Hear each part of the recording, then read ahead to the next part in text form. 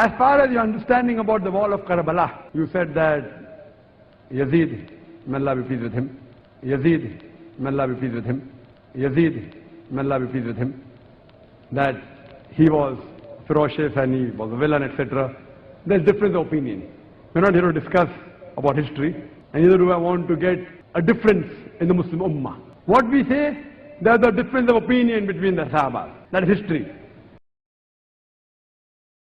محرم میں شادی کرنا ہمارے معاشرے میں اچھا نہیں سمجھا جاتا، آپ کی کیا رائے ہے؟ یہ روایت توڑنا زیادہ ثواب کا کام ہے یا محرم میں شادی نہ کرنا ہی بہتر ہے؟ اس کے حوالے سے جو یہ اویس قادری صاحب نے پچھلی دفعہ جو یہ حرکت ارشاد فرمائی تھی، تو میری ویڈیو آ چکی ہے، رپلائی ٹو اویس قادری آن حضرت معاویہ رضی اللہ تعالیٰ عنہ۔ اس میں انہوں نے بھی اپنی بچی کا نکاح والا معاملہ کیا تھا محرم کے اندر، تو اس پہ میں نے اپنی ورڈک دے دی تھی۔ میرے نزدیک تو کوئی ایسی حرکت نہیں کرنی چاہیے جس کی وجہ سے مسلمانوں میں فتنہ کھڑا ہو، اور اس میں ایک حرکت یہ بھی شامل ہے۔ اس حوالے سے بخاری مسلم میں حدیث ہے، عائشہ اگر تیری قوم نئی نئی جہالیت سے نہ پھری ہوتی تو میں خانہ کعبے میں جو حتیم ہے اسے توڑوا کے کعبے میں داخل کر دیتا، حضرت ابراہیم کی بنیادوں کے اوپر۔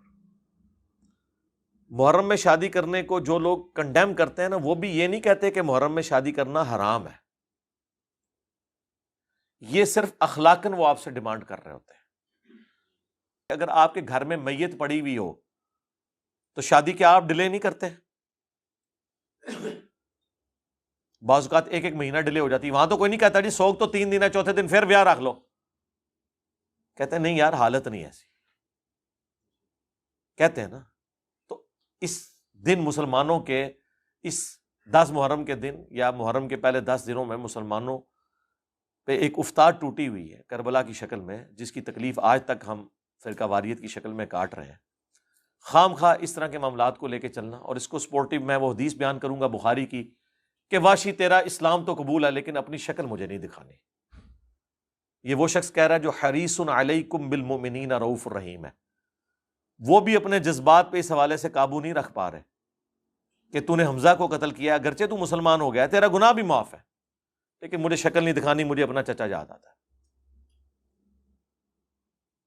اب اسے کوئی کہے گا کہ بغض واشی تھا حضور کے دل میں، بغض واشی ہوتا تو حضور بدلہ لیتے، ہاں دل میں غم حمزہ تھا،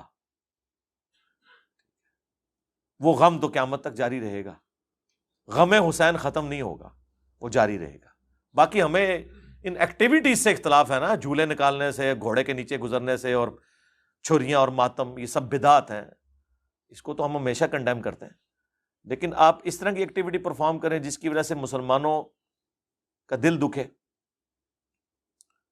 اپنی تو ان کی حالت یہ ہے، یہ کہتے ہیں جی 22 رجب کے کنڈے نہ کریں، یہ حضرت معاویہ کی موت کا دن ہے اور شیعہ اسے خوشی کے طور پر مناتے ہیں، حالانکہ شیعہ کا کوئی مسئلہ لینا دینا ہی نہیں ہے حضرت معاویہ کی ڈیتھ کے ساتھ، وہ حضرت امام جعفر کے ساتھ اسے منسوب کرتے ہیں، لیکن وہ کہانی ہر ایک کو کرائی گئی ہے، جس طرح انہیں کہانی کرائی گئی ہے کہ یہ چوتھے خلیفہ کو نہیں مانتے، اور چوتھے خلیفہ نو جڑے نہیں سن منتے نا انہوں تو اسی آج تک چنگا نہیں سمجھتے، ٹھیک ہے۔ ہمارے امام نے شعر کہہ دیا، ان کان رفضا حب آل محمد فلیشہد الثقلان انی رافضی، اگر اہل البیت کی محبت کا نام رافضی ہونا ہے تو جنوں انس گواہ ہو جاؤ ہم رافضی ہیں۔ امام شافعی نے یہ شعر کہہ دیا، تو وہ چوتھے خلیفہ کی محبت میں ہی کہا ہوا ہے نا، اہل البیت کی محبت میں ہی کہا ہوا ہے نا علیہم السلام۔ تو پھر میں یہاں پہ پھکی دیتا ہوں کہ جو لوگ اتنے سینسٹیو ہیں امیر شام کے معاملے میں، ٹھیک ہے، تو یہ بھی پھر اس طرح کیا کریں نا کہ جب امیر شام کی وہ ڈیتھ کا موقع آتا ہے تو یہ سنیوں کو کہا کریں کہ اس دن خوب شادیاں کیا کرو، حضرت معاویہ کے مرنے کے اوپر خوشیاں خوب منایا کرو کہ وہ اللہ کی جنتوں میں پہنچ گئے ہیں. یہ کریں گے تو آپ 10 محرم کے اوپر لوگوں کو شادیوں کی ترغیب کیوں دلا رہے ہوتے ہیں؟ آپ کے لیے وہ سینسٹیو ایریا بن جائے گا. ہم کہتے ہیں وہ بھی نہیں ہونا چاہیے، ہمارے لیے یہ سینسٹیو ایریا بن جائے گا. آپ نے بیانات میں حضرت امیر معاویہ رضی اللہ تعالیٰ کے عیب بیان کرتے ہیں، بلا شبہ تمام باتیں سچ ہیں. اچھا آگے پھر کیا مسئلہ رہ گیا؟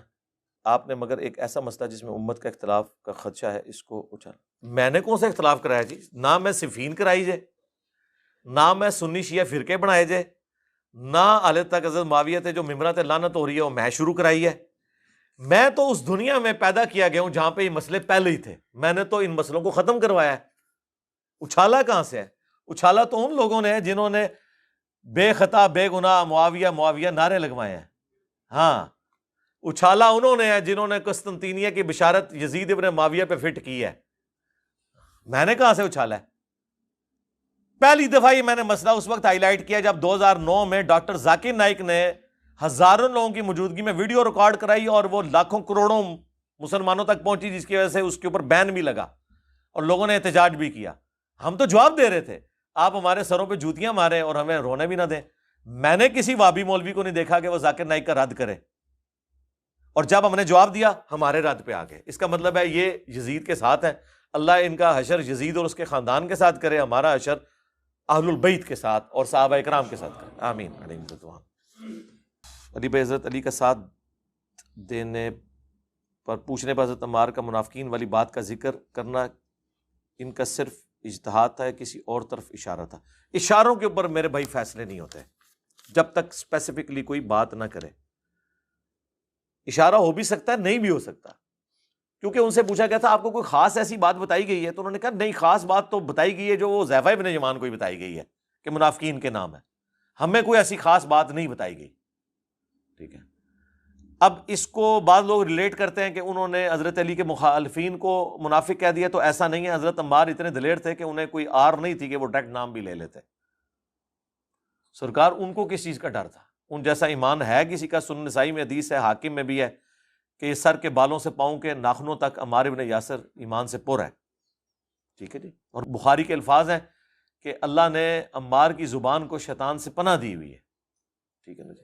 تو اس لیے انہوں نے جب اسپیسیفکلی نام نہیں لیا تو اس طرح نہ کریں. اسی طریقے سے یہ جو حدیث ہے علی سے محبت نہیں رکھے گا مگر مومن، علی سے بغض نہیں رکھے گا مگر منافق. حضرت علی کے زمانے میں بھی اور آج بھی جو لوگ اپنی کم علمی اور جہالت کی وجہ سے یا دنیاوی منفعت کی وجہ سے اگر کوئی حضرت علی کے بارے میں کامنٹس کرتا ہے یا وہ مخالفین کو سپورٹ کرتا ہے تو آپ کہتے ہیں یہ منافق ہے. وہ تو کئی ناس بھی تھے جو چینج ہوئے ہیں. تو آپ علمی طریقے سے اصلاح کریں. لوگوں کو بتایا نہیں نہ گیا، جب بتائیں گے تو اصلاح ہوگی انشاءاللہ. آپ صحابہ کرام کی غلطیاں کیوں پکڑتے ہیں جبکہ صحابہ جنتی ہیں؟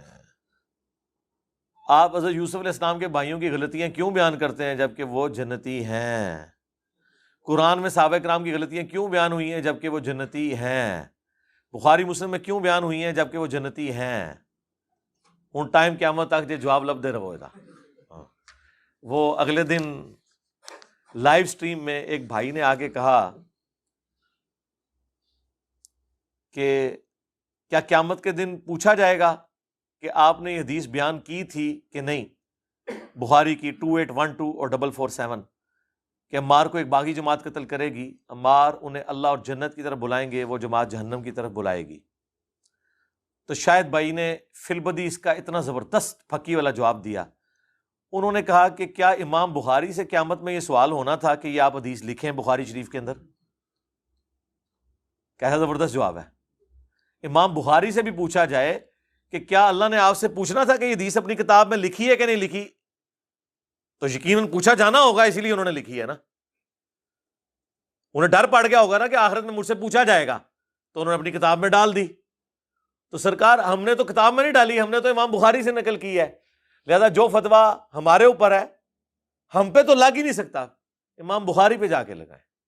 بول وہی جو حق ہے، ਟਾਈਮ ਕਿਆਮਤ ਤੱਕ ਹੈ, ਤੁਹਾਡੇ ਆਉਣ ਵਾਲੀ ਨਸਲਾਂ ਵੀ ਇਸ ਫੱਕੀ ਦਾ ਜਵਾਬ ਨਹੀਂ ਦੇ ਸਕਦੀਆਂ ਕਿ ਇਮਾਮ ਬੁਖਾਰੀ ਨੂੰ ਪੁੱਛਿਆ ਜਾਣਾ ਸੀ ਕਿ ਤੁਸੀਂ ਹਦੀਸ ਕਿਉਂ ਲਿਖ ਰਹੇ ਹੋ। ਨਾ ਲਿਖੀ ਤੇ ਮੈਂ ਤੁਹਾਨੂੰ ਪੁੱਛਾਂਗਾ, ਲਿਹਾਜ਼ਾ ਪਾਓ ਆਪਣੀ ਕਿਤਾਬ ਵਿੱਚ।